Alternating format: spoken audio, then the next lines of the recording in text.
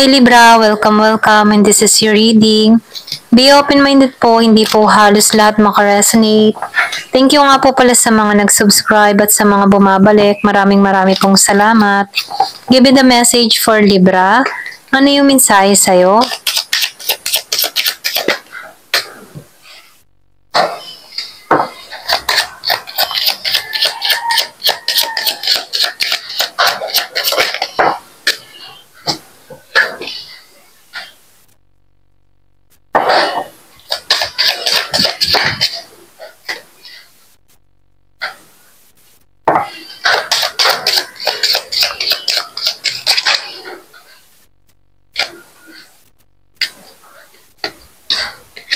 So, maraming binigay na baraha dito.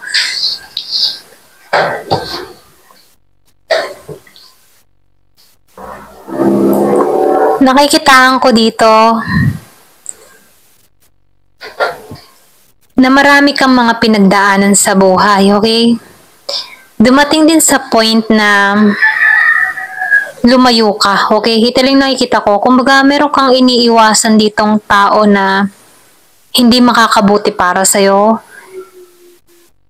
Meron akong nakikita ditong nagtago or meron kang binalak na tao o meron kang tinanggalan dito. Ganun yung energy mo, no? Kumbaga, nakikita ko dito na merong nag-isolate na kung saan binubuo niya yung sarili niya dito para maging isang magandang paro-paro, okay? Kung makikita mo dito, no? So, nafe-feel ko dito na yung iba sa inyo meron kang binabago sa sarili mo, lalo-lalo na sa physical mo. Or pwede rin meron kang inaayos sa sarili mo. Kasi nakikitaan ko dito na hindi naging madali para sa'yo yung buhay na na-experience mo. Marami kang mga pagsubok na kinaharap na kung saan ito yung humuhubog sa'yo, okay? So, nakikitaan ko rin dito na yung paglalakbay mo ay hindi madali. Hindi tulad ng iba, okay? Marami kang kalbaryo na kinaharap kung bakit lumayo ka, okay? May paglayo. Kumbaga nafe-feel ko dito merong lumayo. Ayan. Pero ganun pa man, sa paglayo mo, no, nakita mo yung kaligayahan mo. Nakita mo kung ano pa yung kaya mong gawin, okay? So, nafe-feel ko dito yung paglaya mo sa isang sitwasyon, nagiging kang kontento, nagiging kang relax dito. So, nakikitaan ko dito yung attraction, okay? Yung iba sa inyo, meron kang binabago sa sarili mo, okay? Pwede nagpapasexy ka, nagpapaganda ka, nagpapakulay ka ng buhok, or nag-exercise ka, nagpapamacho ka, okay? Mapalalaki, mapababae, meron kang ginagawa sa sarili mo na kung saan nagiging attractive ka, okay? Nakikitaan ko rin dito, meron kang hinihiling meron kang ninanais. Kung naman yung ninanais mo, hinihiling mo, ipagkakalob sa'yo, okay? Kasi ito yung mensahe na ibinibigay sa'yo. Lumayo ka, nilayo ka dito para makita mo yung sarili mo, okay? So, nakikitaan ko rin dito, kung halimbawa, naglalakad ka sa isang lugar, bigla nakakita ka ng kumpun-kumpun na ibon, okay? Meron tong ipinapahiwatig na mensahe sa'yo, okay? Na ginagabayan ka. Andyan ka sa tamang path, okay? Kumbaga, iminumungkahi sa'yo dito or binibigyan ka ng mensahe dito na andyan lang sila sa'yo, okay? Iniingatan ka. Kumbaga yung ibon, kahulugan niya ng mensahe na kung saan ibinibigyan ka ng mensahe dito na protektado ka, iniingatan ka. Andyan lang yung mga gumagabay sa'yo, like guardian angel, spirit guide, or pwede rin sabihin na mga good spirit na andyan, na binibigyan ka ng mensahe, okay? Para lalo kang lumago. So, nakikitaan ko rin dito na merong blessing biyaya Kung mapapansin mo naman sa sarili mo, kahit meron kang mga pinagdadaanan sa buhay, napapansin mo sa sarili mo na magaan yung daloy ng biyaya sa'yo. Sabihin natin may problema ka sa love life mo, pero yung pera mo, yung kita mo, umaayos, sobra-sobra sa'yo. Yung iba, hindi halos lahat. So, nakikita ko dito, madali kang makarecover sa sitwasyon. Yung iba sa'yo, nafe-feel ko dito, madiskarte ka, lalong-lalo na pagdating sa trabaho. Ayan. So, sinasabihan ka dito, protektado ka. Okay? Protektado ka. Kumaga, protektado yung kapayapaan mo.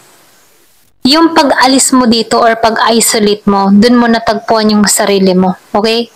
Kumbaga, lumayo ka para makita mo yung saya mo, para makita muli yung sarili mo, at para mabuo mo muli yung sarili mo. So, nakikita ko dito yung protektado ka, binibless ka nung lumayo ka, okay? Pwedeng meron kang iniiwasang tao dito na masakit na para sa'yo, mabigat na para sa'yo, okay? Kung ano man yung sitwasyon na kinakaharap mo, meron kang nilayong tao dito dahil hindi na to maganda para sa'yo, okay? Nagpasya ka dito, okay? So, ginagabayan ka dito sa mga desisyon na ginagawa mo, sa mga tinatahak mong landas, ginagabayan ka dito, okay? Kaya may naman, no, palagi kang magdarasal para nang sa ganun, no, ibigay sa'yo yung mensahe na ninanais mo, okay? Give me the message.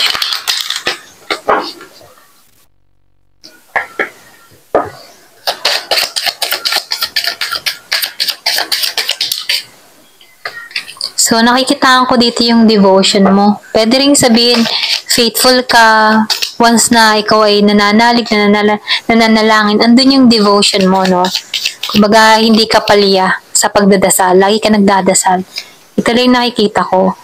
So, nakikitaan ko rin dito, yung iba sa inyo, kapag may problema ka, madalas mong ginagawa, nakikinig ka ng music or pwede rin sabihin, parte na ng buhay mo ang musika, okay?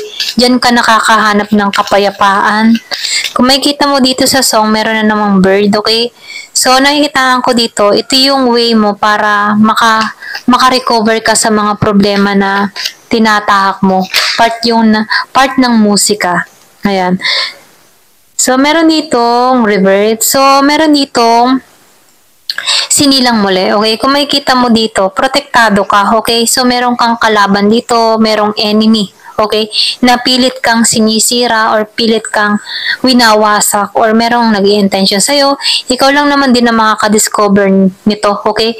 Kung ramdam mo na may galit sa'yo, okay? Meron kang kaaway, ganyan. Nakikitaan ko dito, kahit itong kaaway mo nakamasid sa'yo, pero ganun pa man, hindi ka nito magugulo kasi protektado ka, okay? Iniingatan ka. Makikita mo dito, may shield ka, okay? So, hindi ka hindi ka magagapi, okay? So, panatilihin lagi magdasal kasi ito yung sandata mo, yung prayers. So, meron ka ditong shapeshifter. So, nafe-feel ko dito may pagbabago na nangyari sa'yo. Meron kang inalisan, okay? Parang lumihis ka ng ibang lugar. Alam mo na yung ginagawa mo, ganyan. Knowledge. Nagkaroon ka ng talino, okay? Nagkaroon ka ng kaalaman. Kumbaga, marami ka nang natutunan. Marami kang experience na nagpamulat sa'yo kung bakit lumalago ka. So, nakikitaan ko dito na nagkakaroon ka ng kaliwanagan, pangunawa sa sitwasyon mo. Truth. So, nakikitaan ko dito, totoo ka sa sarili mo, open yung throat chakra mo.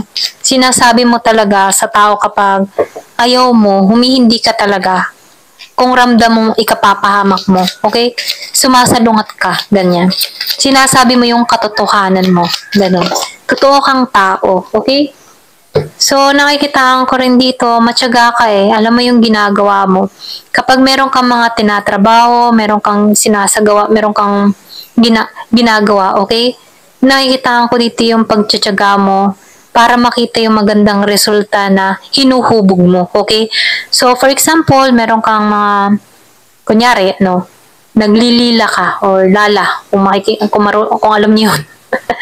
Kumbaga, lala, okay? Kumbaga, andun yung determination mo para matapos yung paglalala mo, para makita mo yung kabuuan ng ginagawa mo, okay?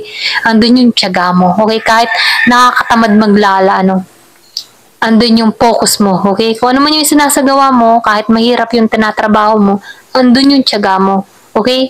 matyaga kang tao, matiisin ka. Ito lang yung nakikita ko sa'yo. Kaya ipagpatuloy mo lang, kasi nakikita ko dito, makakamit mo kung ano man yung minimithi mo, ipagkakalob sa'yo, okay? Protektado ka din sa mga kung ano man, kung meron kang kaaway, just pray, magdasal ka na lang, okay? Dasal ang ating sandata sa lahat. Ayan. Ito lang nakikita ko. Thank you for watching. Love and peace.